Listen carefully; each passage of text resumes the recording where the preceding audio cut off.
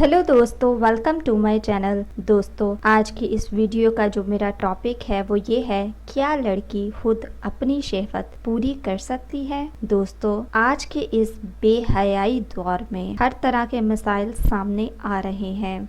दोस्तों, इसमें कोई शर्म महसूस नहीं होती कि आखिर अगर हम एक इतना बेहुदा सवाल पूछ रहे हैं तो दूसरे पर उसका क्या असर होगा या इसके रिजल्ट्स क्या निकलेंगे। तो दोस्तों, हम ऐसे मसाइल के जवाब देने के पाबंद हैं। क्योंकि जब हमने एक दीन सीखा है तो दीन सीखने में कोई शर्म नहीं है, दीन सिखाने में कोई शर्म नहीं, किसी के मसाइल हल करने में कोई शर्म नहीं, किसी को कोई प्रॉब्लम आ गई है, किसी को कोई बात समझ नहीं आ रही तो उसको बताने में कोई शर्म नहीं है। तो दोस्तों, अगर हम शर्म करने लग गए तो हम दीन को नहीं सिखा सकेंगे। दो तीन बातें हैं जिस पर आज हम बात करेंगे। पहला मसला ये है कि क्या अपनी शर्मगाह को हाथ लगाने से वजू टूट जाता है। तो ये जरूर याद रखा जाए कि अगर आप अपनी शहवत को पूरा करने के लिए शर्मगाह पे हाथ लगाते हैं, उससे वजू नहीं टूटता बल्कि आप पर गुस्ल भी वाजिब हो जाता है। अगर आपकी मनी निकल गई हो या पानी के कतरे निकल गए हों, और अगर वैसे ही हारिश करने की वजह से या बतौरे मजबूरी की वजह से शर्मगाह को हाथ लगाएं तो इसमें कोई मज़ायका नहीं,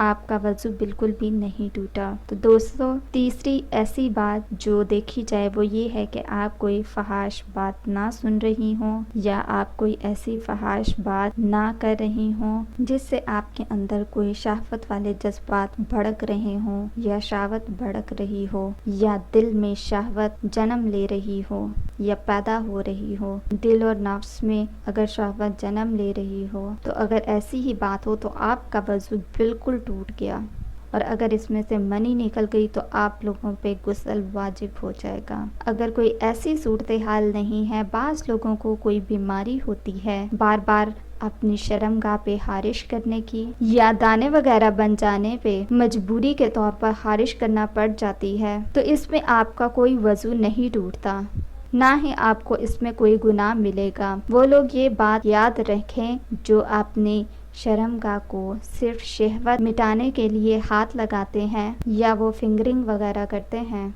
उनके लिए सिर्फ वजू ही टूटने का नहीं बल्कि गुस्ल करना भी वाजिब हो जाता है।